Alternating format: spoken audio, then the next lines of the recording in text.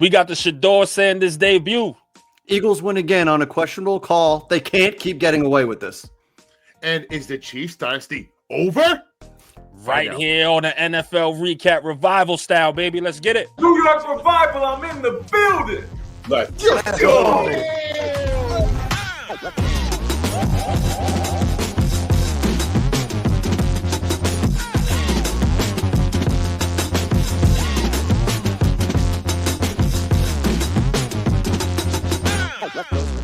Live with the Woodlard Roar! Let's go. Let's go.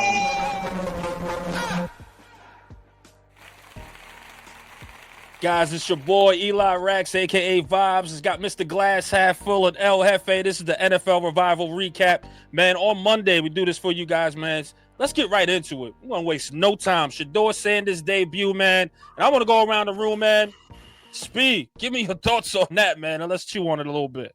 Yeah, listen, it was rough. It was as rough as you could expect for a rookie coming into play the Ravens, right? An attacking defense. And when he came in, the Ravens smelt blood, and they just went after Shedeur. And listen, he looked like a guy that didn't have any reps with his guys, right? Out of sync. But, at the same time, he's holding the ball too long. He's not making quick decisions. That I know you're supposed to be progressing and developing, and it doesn't look like he developed much from what he did at college. So it was a bad debut for me, man. Bad debut. At the end of the game, what really pissed me off was watching him just sitting at the bench, acting like he just lost Game 7 of the World Series or like Game 7 of the NBA Finals, just like it was head in his hand, crying, sulking. Lamar Jackson's out there, how many time MVP, waiting to give you some knowledge and say what's up, dap him up.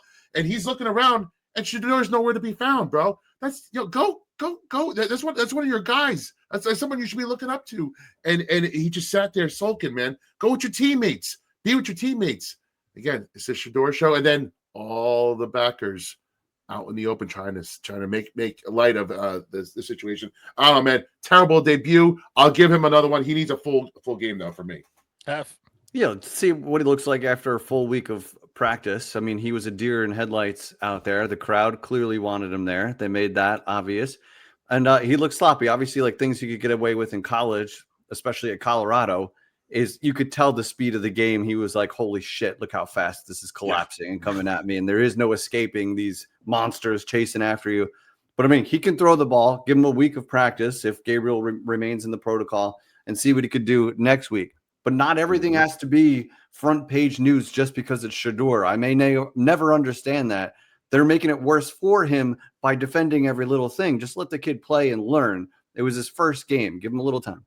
Listen, man, he is a rookie. Guys, give him a little bit, man. Of course, they're going to throw the kitchen sink at him, man, especially that Ravens defense. So, yeah, it was a terrible debut, man, but let's see what he has. Let's see if he can stack some practices together, and hopefully he can stack some wins there because I'm sure he'll play next week with the quarterback being concussed at this point. So just give him another shot, man. Of course, we all knew these quarterbacks was going to take time to develop coming out, especially in the NFL here. So he's developing. Let him develop. It didn't look good.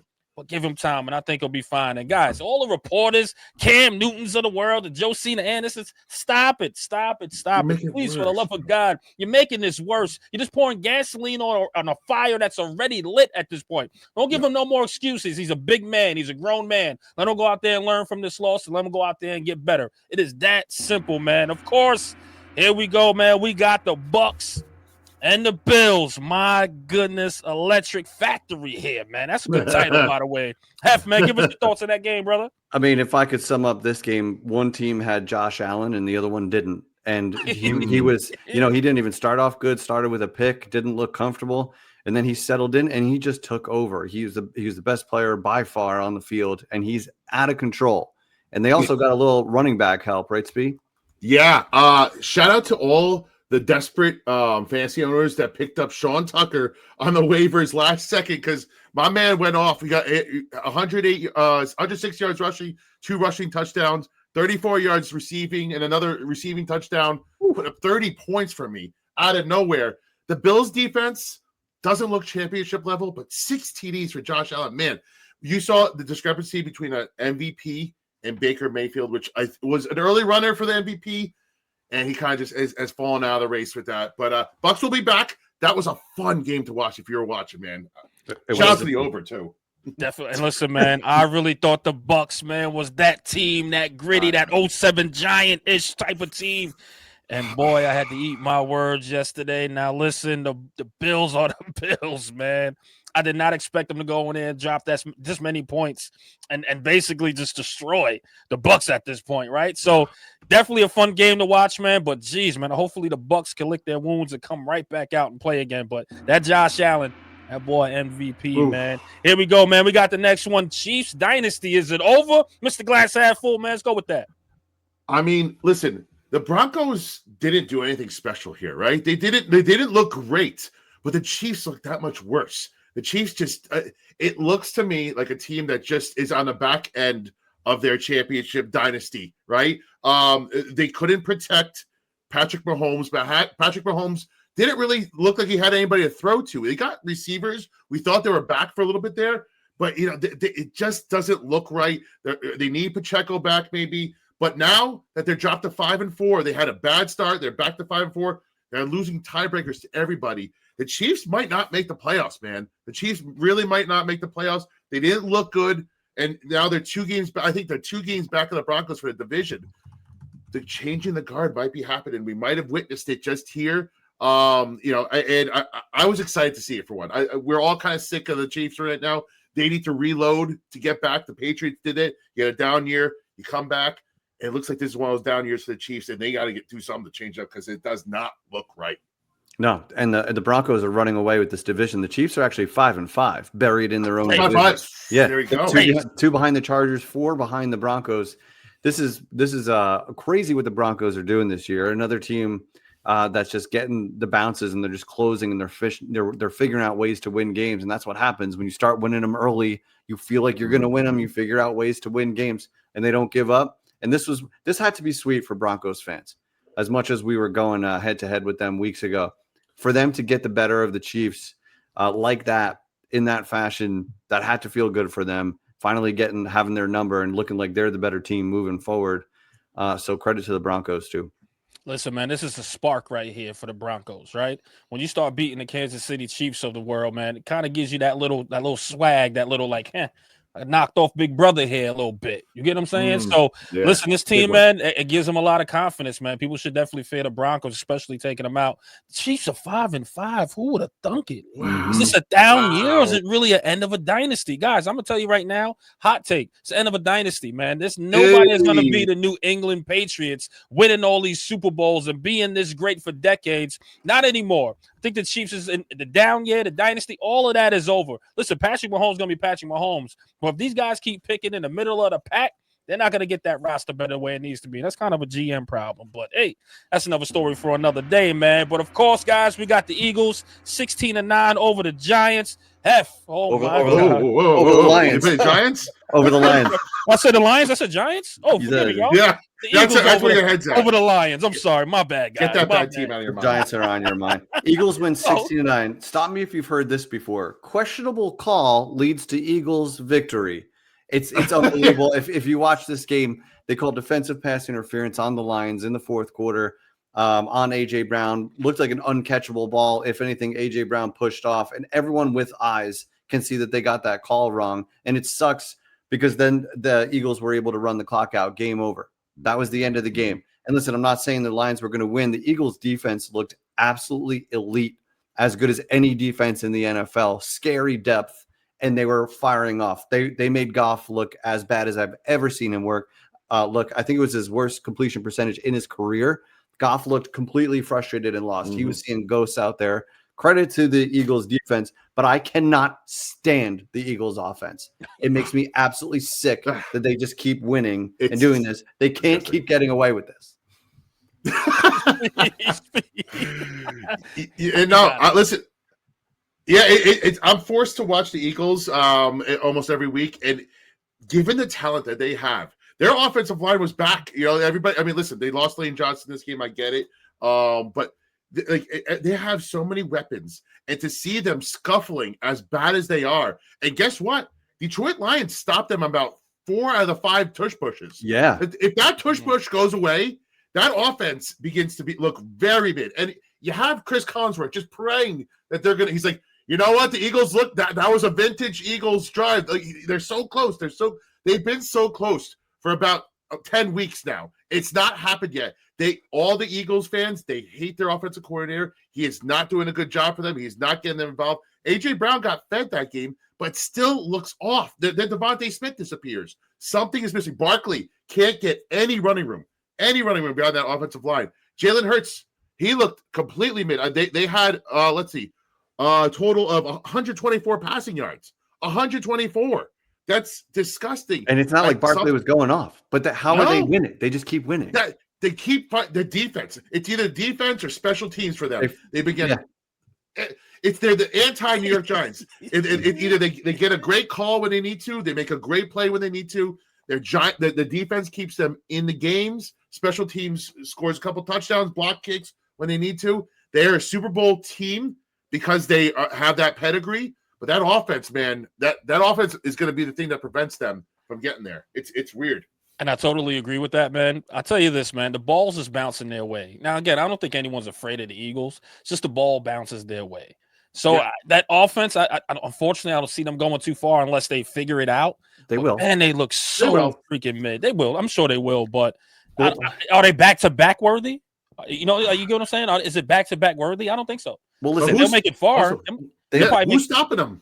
They've been that lucky all year and winning all these games. Like they're looking at a 1 seed NFC. Like they're on that trajectory. Yep. And then they're going to figure it out when it matters. Yeah, that's what it is. Like that's how their seasons go. But Jalen Hurts, he is so annoying to root against because every time you think he's mid or he's been figured out, he made a play out of his own end zone or deep in their own territory where he rolls out and he throws this 40-yard, like over the fingertips of a defender, like phenomenal, elite play.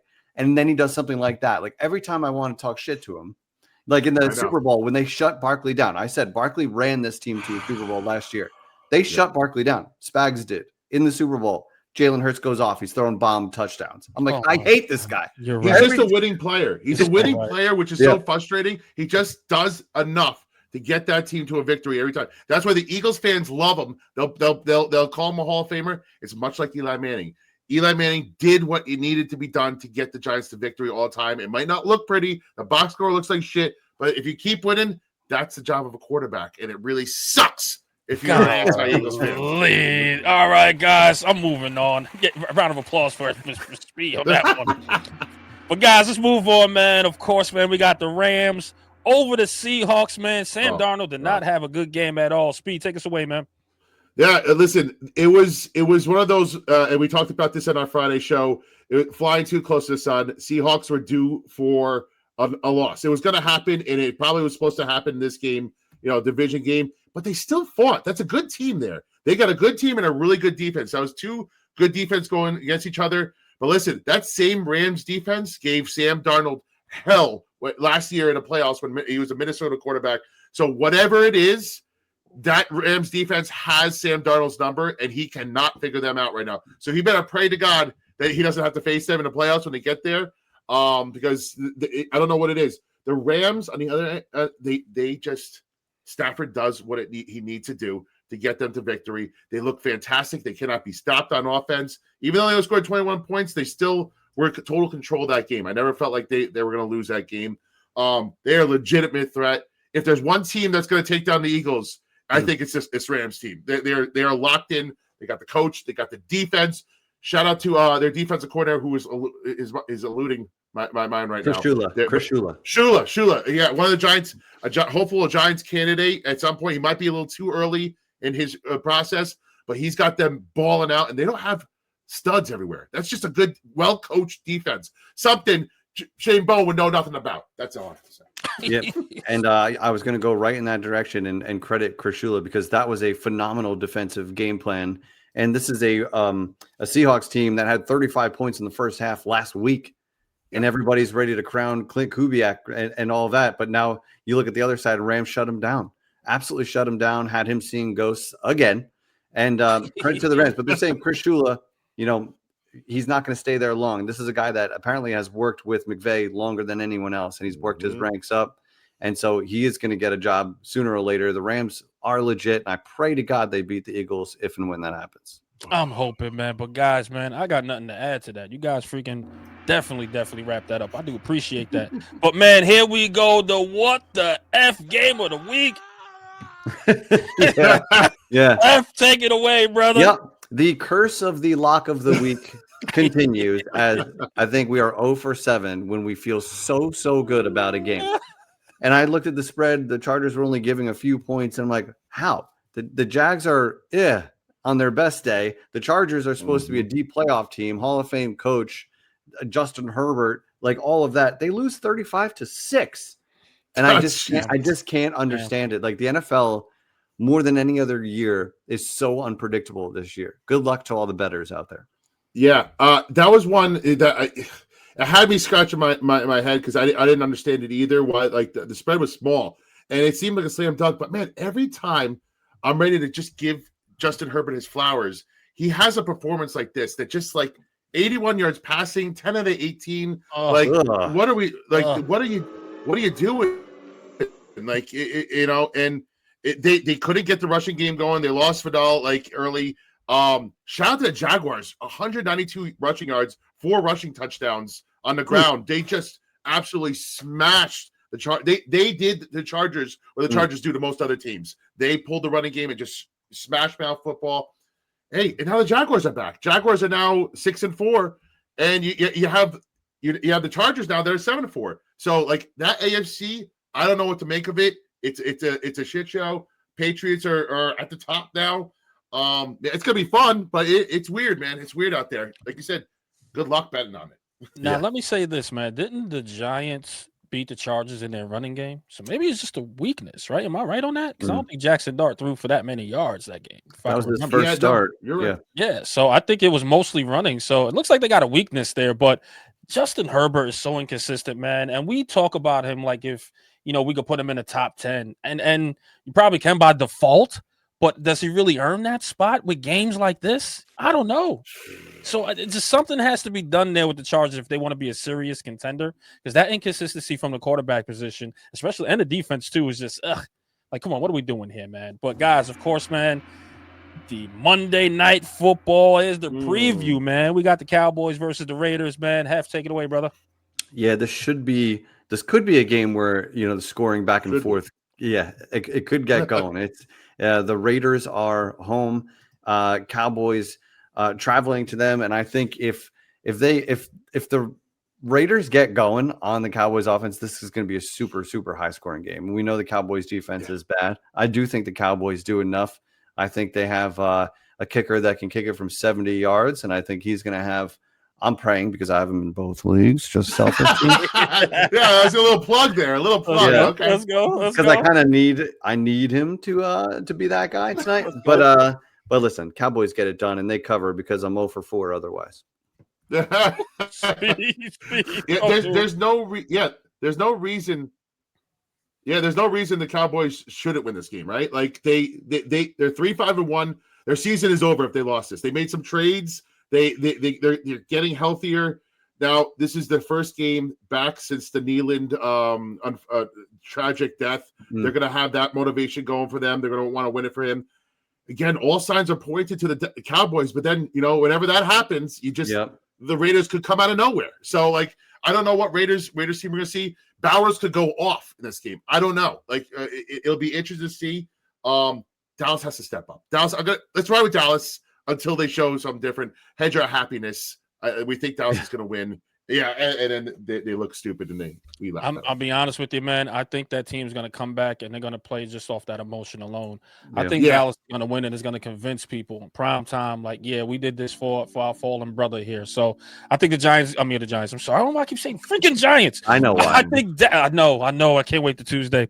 But guys, I think Dallas is going to win convincingly tonight, man. And they're going to put I want to say league on notice, man, but they're definitely going to do it for a fallen comrade. Show their back. So I think so. So, guys, man, if you can, don't forget, man, we're on Spotify, we're on iTunes. The numbers have been doing absolutely well over there. Don't forget to hit that subscribe button on YouTube. Don't forget to share. Don't forget to comment, which is very, very important for you guys. And hit that like button, man. On behalf of my brothers, man, Mr. Glass Half Full, of course, El Jefe is your boy, LARams, man. We'll see y'all on the next NFL recap Monday nights, baby, or Monday. New York Revival, I'm in the building.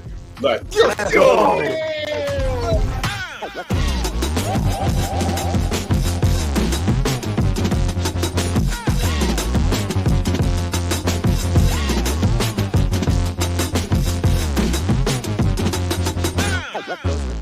Live with the Buffalobills.